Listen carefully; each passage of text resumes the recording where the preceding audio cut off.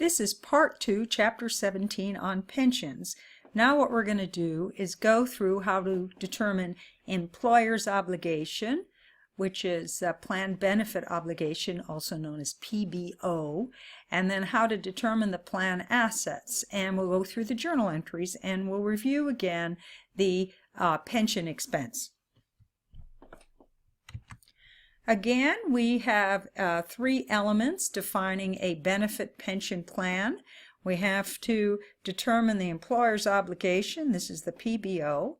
We have to set aside the assets to cover the obligation.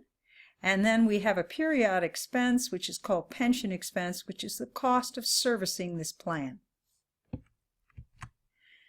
Now, projected benefit obligation. It estimates the retirement benefits by applying the pension formula using projected future compensation levels. Less reliable but more relevant and representational, faithful representation, and this is the measurement of the pension liability used to report amounts in the balance sheet and the income statement. Now what we're going to do is we're going to work through an example, and we're going to determine the pension obligation, the plan assets, and the pension expense. And I'll show you how to determine it, and then I'll also show you the journal entries, because that's the same as that's in your homework. So remember, the reason I do these presentations is because I want to help you when you go to do the homework. All right, here we have an example. Mike Corporation has a defined benefit pension plan in millions. We see our planned benefit obligation has a beginning balance of $480 million. We have plan assets of $300. We already know it's underfunded. Then they tell us the service cost, the interest costs, gain from changes in actuarial assumption, benefit paid, actual return on assets, and the contribution for 2018. They also tell us that the expected long-term rate of return on the plan assets had been 8%. So if we were to take 8% times 3, we can see that what we should have earned is $24,000, and what did we earn? We actually only earned 20, so we had a loss on that. There is no accumulated other comprehensive income, and the balance related to the pension on January 1st, but by the end of 2018, the planned pension formula was amended, creating a service cost of $12 million. Now, what are the components that create a change in the PBO? Well, we're going to add to it the service cost, the interest cost, which is a discounted rate on the projected benefit obligation, plus prior service costs, plus losses minus gains. Losses increase the obligation, gains reduce the obligation, and then we have to reduce it by any benefits that were paid out. So now let's take a look at our problem. Now we know we started, the PBO started with a balance of $480 million. The service cost which they provide is $75 million. The interest cost, which they show on the plan, is $45 million. The prior service cost is $12 million. They tell us that in the problem. We have a loss, but in our case, we have a gain from change in actuarial assumptions, so we're going to subtract that out because it reduces our obligation. And then we have to subtract out any prior payments. So our ending balance in our planned benefit obligation should be $554 million at the end of the year. Now, our plan asset account. We start with a beginning balance. We add to it expected return on plan assets, adjusted for actual return. So we have to remember there's always that adjustment. So if we expected a return that is less than actual, then that's going to help our plan. And if we expected a return higher than we actually received, that is going to be a reduction in what we have for our plan assets. Then we're going to add to it any contributions, and we're going to subtract out retiree benefits paid during the year. So in our example, our plan started at $300 million.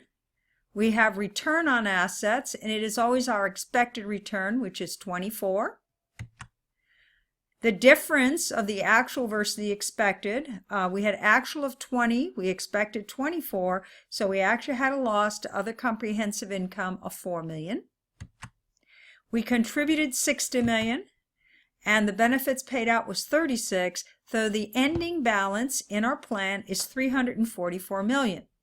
Now, based on this, we are underfunded by $210 million, which is the difference between the obligation and the balance in the fund.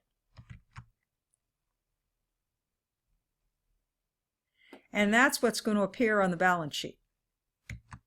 Now, components of pension expense, we talked about this previously. We've got our service cost, our interest cost, minus any returns based on expected, prior service cost, and any loss or gains in revisions of the pension plan. So now we can go through and do our calculation. We have our service cost of 75, our interest cost of 45, return on plan assets, remember we always use the expected return. Prior service cost, there is no prior year accumulated other comprehensive gain or loss, so no amortization. And amortization of gain, the gain of 22 is less than 10% of the 480 in the plan benefit obligation, which is higher, which means that we don't have to do any amortization. So our pension expense is $96 million. Now what we'll do is we'll go through and do our journals, and we'll also look at our T accounts to see that we end up with these ending balances.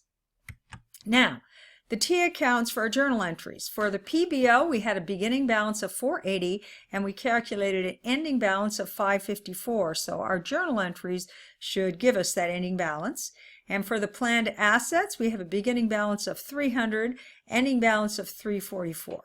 So now we're going to go through and do our journal entries. We're going to record our pension expense. We're going to debit $96 million.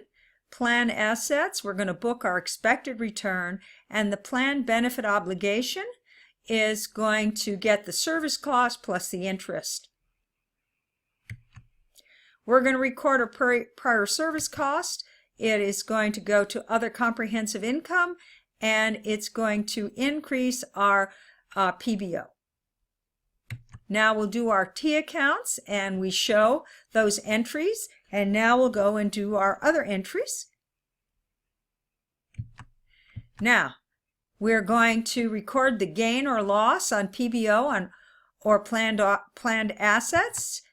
We had a gain, which reduced our obligation, and we had a loss, which is the difference between the expected and the actual return, which reduces our plan assets.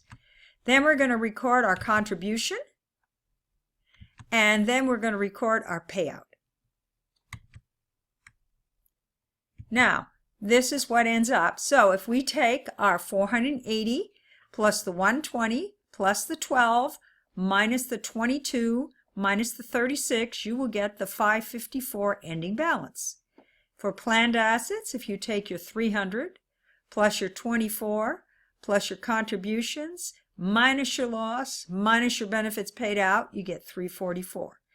That concludes the presentation on part 2 on pensions. I hope that helps, and this should help you with your homework.